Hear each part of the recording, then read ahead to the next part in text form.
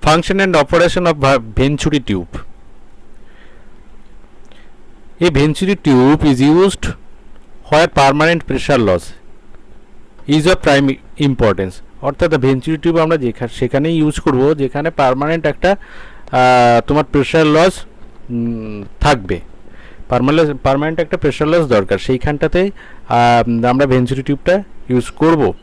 আচ্ছা, and where maximum accuracy is desired, আর যেই জায়গায় খুব আর কি বেশি তোমার অ্যাকুরেট মেজারমেন্টটা দরকার সেইখানে আমরা এই তোমার ফ্লো মেজারমেন্টের জন্য আমরা ভেঞ্চুরি টিউবটাকে ইউজ করব।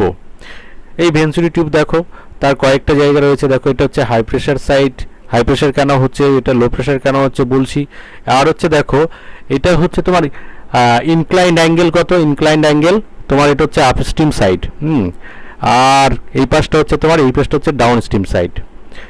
আর এটাকে এই ভেঞ্চুরি টিউবটা হচ্ছে long form of classic venturi tube, এটা হচ্ছে ক্লাসিক ভেঞ্চুরি টিউব। তাহলে স্রোতটা কোন দিকে থেকে প্রবাহিত হচ্ছে, লেফট সাইড থেকে রাইটের দিকে তোমার প্রবাহটা হচ্ছে। আর ওটা দেখে নাও ফ্লোটা কোন দিক থেকে হচ্ছে, তাহলে সেই দিকটাকে আমরা কি বলবো, ফ্লো স্ট্রিম বলবো। আর এই তোমার থ্রটের তোমার থেকে যে ফ্লোটা তোমার বাইরের দিকে যাচ্ছে, হ্যাঁ, সেটাকে আমরা ডাউন স্ট্রিম বলবো। এবার এই বিষয়ে আরও একটু বিশদভাবে আসছি, কিন্তু ভেঞ্চুরি টিউব আরও কীরকম কত ধরনের হতে পারে সেটা হচ্ছে দেখো এক্সেন্ট্রিক ভেঞ্চুরি টিউব, এটা হচ্ছে এক্সেন্ট্রিক ভেঞ্চুরি টিউব। আর এটা হচ্ছে rectangular venturi tube, rectangular venturi tube. এবার আমরা দেখো বিশদভাবে একটু বলছি। ইট consist of straight inlet section, তাহলে এটা হচ্ছে একটা স্ট্রেট ইনলেট সেকশনে তোমার গঠিত। আচ্ছা, of the same diameter as the pipe and in which the high pressure tap is located। তাহলে কি এই যে ডায়ামিটার, এটা এই যে এইখানে তোমার আমার পয়েন্টারটা দেখো, এইখানকার যে ডায়ামিটার, তার মানে ইনলেট যে ডায়ামিটারটা তোমার ভেঞ্চুরি টিউবের আর হচ্ছে পাইপের যে তোমার ডায়ামিটার সেটা সেম হয়। আর যেদিক থেকে তোমার ইনলেটটা হচ্ছে, স্টিমটা যেদিক থেকে তার মানে লিকুইডটা যেদিক থেকে ফ্লো করছে সেই দিকটা তোমার কি এই পাইপ ডায়ামিটারের সমানই যে ডায়ামিটার তোমার ভেঞ্চুরি টিউবে সেইখান থেকে কি নেওয়া হয়, হাই প্রেশার ট্যাপিং নেওয়া হয়। দেখো এখানে লেখা আছে high pressure tapping. And converging conical inlet section in which, তার মানে এই কোনটাকে আমরা কি বলছি, কনভার্জিং তোমার ইনলেট সেকশন বলছি, কনভার্জিং কোন বলছি। কত অ্যাঙ্গেলটা কত, 90 ডিগ্রি থেকে 23 ডিগ্রি, তার মানে 19 ডিগ্রি থেকে 23 ডিগ্রি। নেক্সট দেখো, তাহলে section in which the cross sections of the stream decrease and তাহলে যখনই তোমার এই যে কনিক্যাল ইয়ের থেকে, তার মানে বেশি ডায়ামিটার থেকে যখনই কম ডায়ামিটারের দিকে যখন ফ্লোটা হচ্ছে, লিকুইড ফ্লোটা হচ্ছে, তখন কি হয় যে তোমার প্রেশারটা লস করে আর ভেলোসিটিটা, তার মানে ফ্লুইড ভেলোসিটিটা তোমার বেড়ে যাওয়ার ফলে তোমার হচ্ছে প্রেশারটা লস করে, ড্রপ করে, প্রেশার ড্রপ হয়, অর্থাৎ প্রেশার কমে যায় আর হচ্ছে গতিবেগটা বেড়ে যায়, ফ্লুইডের গতিবেগটা বেড়ে যায়। কনসিকুয়েন্টলি আর যে যখন বেরিয়ে যাচ্ছে তখন কি হচ্ছে, যে তোমার ভেলোসিটিটা কি হবে, হেড ডিক্রিজ করবে। যখন এই যে ডাউন স্ট্রিমের দিকে যাচ্ছে তখন হচ্ছে ভেলোসিটিটা ডিক্রিজ করবে আর প্রেশার হেড ভেলোসিটি ডিক্রিজ করবে। সিলিন্ড্রিক্যাল থ্রট হুইচ দেখো provides for the low pressure tap. আর হচ্ছে তোমার এই যে থ্রট যে পজিশনটা রয়েছে, এখান থেকে লো প্রেশার ট্যাপিং নেওয়া হয়। Where flow velocity is neither increase or decrease, বুঝেছো। The diverging recovered cone in which velocity decrease, ভেলোসিটিটা তাহলে ডিক্রিজ করবে, and the decrease velocity head is recovered as pressure head. Next দেখো,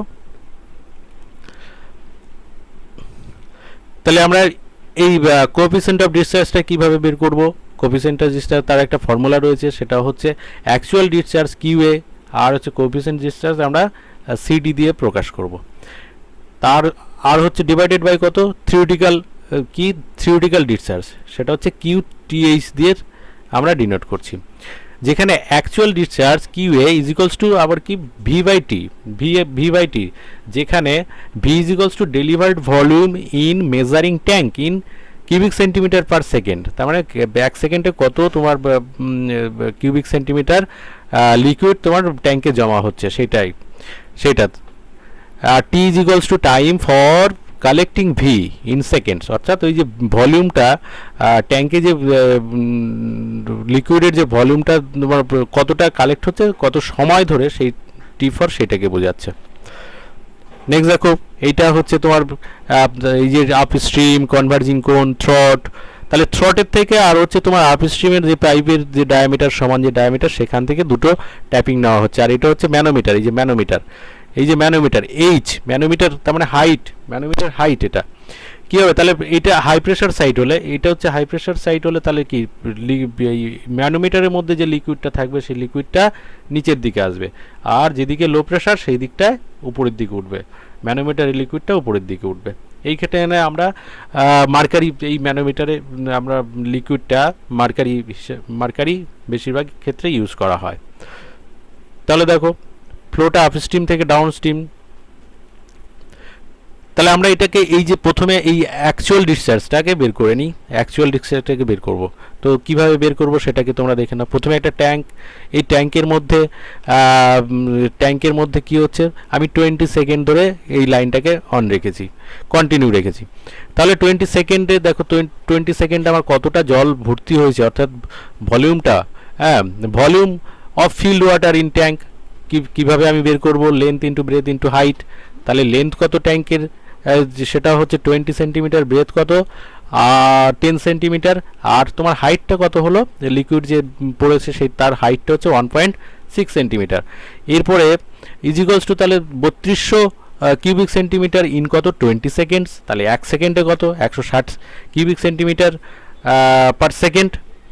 next দেখে নাও, তাহলে এটা হচ্ছে অ্যাকচুয়াল হয়ে গেল। এবার হচ্ছে আমি থিওরিটিক্যাল তোমার ডিসচার্জটা, সেটারও একটা ফর্মুলা রয়েছে, সেটা হচ্ছে A1 A2 divided by √A1 square minus A2 square into √2GH।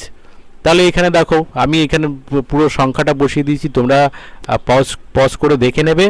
হ্যাঁ, আর আমি এই নামগুলো বলছি। তাহলে diameter at inlet of the venturi tube কি, আমি বড় ডি কত 2.8 সেন্টিমিটার।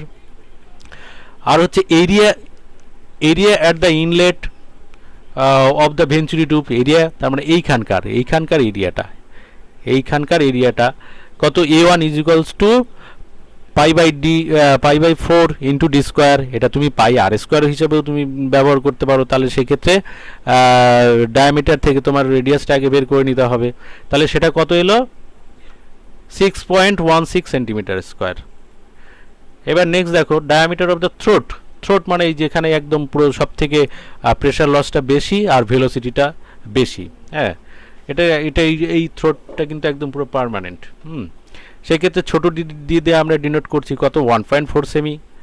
তারপরে area at throat of the venturi tube A2 is equals two কত π/4 ইন্টু ডি স্কোয়ার, কত হচ্ছে 1.54 সেমি স্কোয়ার এরিয়া। তাহলে ডেন্সিটি অফ ওয়াটার কত, আমি ρW দিয়ে ডিনোট করছি, সেখানে 1 গ্রাম পার সেন্টিমিটার স্কোয়ার। আর হচ্ছে তোমার ডেন্সিটি অফ মার্কারি, যেহেতু তোমার 13.7 টাইম তোমার বেশি, তো সেখানে 13.6 গ্রাম পার